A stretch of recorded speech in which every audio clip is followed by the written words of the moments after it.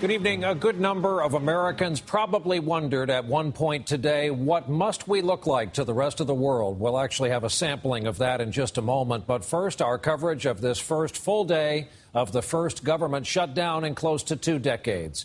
Blaming each other and unable to agree, both parties in Congress gave up and went home last night.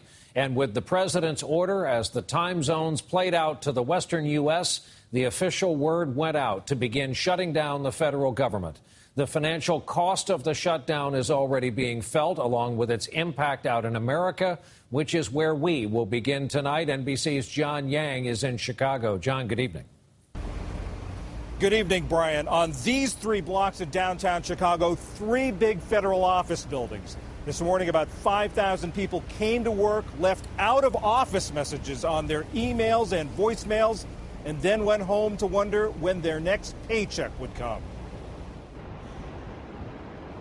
In Chicago, EPA employee Elizabeth Lytle left her office this morning to apply for unemployment benefits. Right now, I'm terrified. I'm terrified to the point where, okay, what's going to happen? Shutdown's not the way to go. We first met her yesterday when she joined other workers to protest the shutdown. Congress needs to be turned over somebody's knee and spanked real hard because they're acting like small children. It's a sentiment shared by hundreds of thousands of furloughed federal workers around the country at the Agriculture Department in Washington. It's a mess. Congress needs to get their act together, seriously. For now, federal programs that affect millions of Americans are shut down, including nutrition benefits called WIC for roughly 9 million pregnant women and new mothers, like Atlanta's Ja'Kai Jackson and her 9-month-old daughter Savannah. If I didn't have WIC, I would basically have to drop out of school and go to work in order to be able to supply formula food for my child. Head Start services have stopped for about 19,000 low-income children. Without them, Florida A&M student Victoria Thomas will need to find a babysitter for her 4-year-old daughter Faith. But I have to take out student loans to help pay for that, and that put me more in debt. Nearly 400 national parks and museums, including Yosemite and California, are closed. Tourists like Glenn Porter, who made plans to visit long ago, are shut out. We're disappointed. We came from Bangor, Maine, and we've had this trip, the process for upwards of a year. Also shut, the Centers for Disease Control's seasonal flu program, just as the flu season begins. On the other hand, Social Security checks, food stamps, unemployment benefits, and some veterans' benefits will continue. Air traffic controllers will stay on the job. Agencies like the Postal Service and the Federal Reserve that have their own funding are open. And the president keeps getting paid, as do members of Congress, much to the annoyance of EPA worker Elizabeth Lytle, her family's sole breadwinner since her husband was laid off last month. Congress needs to grow up. I mean, to be honest with you, if they had to live on what most of us work at and live on, they couldn't make it. The last time there was a government shutdown, Congress voted to give workers retroactive pay. This time, there are no guarantees what's going to happen. Brian? A lot of similar sentiment out there tonight. John Yang starting us off from Chicago.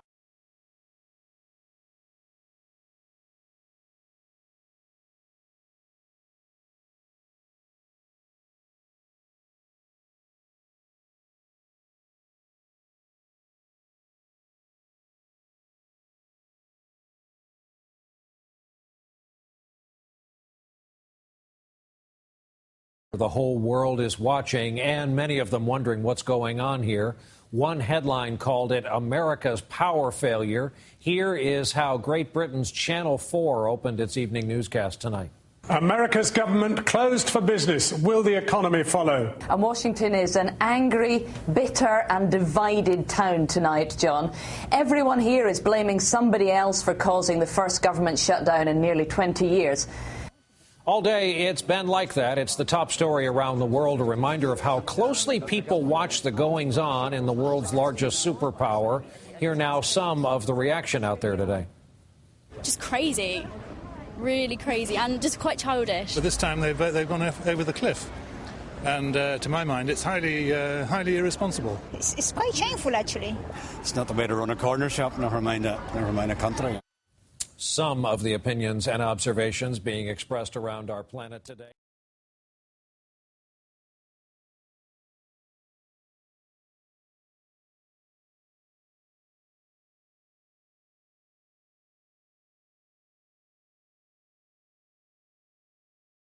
What's happening right now in Washington has been a long time coming. It's being driven by a committed core of Republican members of Congress who are all but assured of re-election in their districts and just can't be conservative enough for many of the folks back home. This is about the divide in our country, the end of the old chain of command in Congress, and anger over Obamacare. Our political director and chief White House correspondent Chuck Todd is with us with that part of the story. Chuck, good evening. Good evening, Brian. You know, these Tea Party conservatives helped propel Republicans to take control of the House in 2010, and these conservatives, they're the engine behind this current standoff now. Can everybody hear me? Mic working? The Tea Party has the president's attention. Everybody. One faction of one party in one House of Congress, in one branch of government, shut down major parts of the government, all because they didn't like one law. The faction is a group of about 80 members of Congress who in August wrote a letter to Speaker John Boehner urging him to use the budget negotiations as a wedge to reverse the Affordable Care Act. We thought it was important to stand on principle that since 2010 elections, the Republicans very clear we don't like Obamacare, but if they hadn't never had a chance to actually vote on it. They come from the most conservative districts in the country. On average, in 2012, they captured 65% of the vote in their districts where the president barely cracked 37%. They represent only 1/3 of the Republicans in the House and only 18% of the American population. These 80 Republican letter signers in the House come from districts where Obama lost by 23 points. There's no chance that Democrats have a shot at holding these Republicans accountable by winning their seats. So who are they? Kansas Republican Tim Huelskamp comes from a district where the president didn't even break 28%.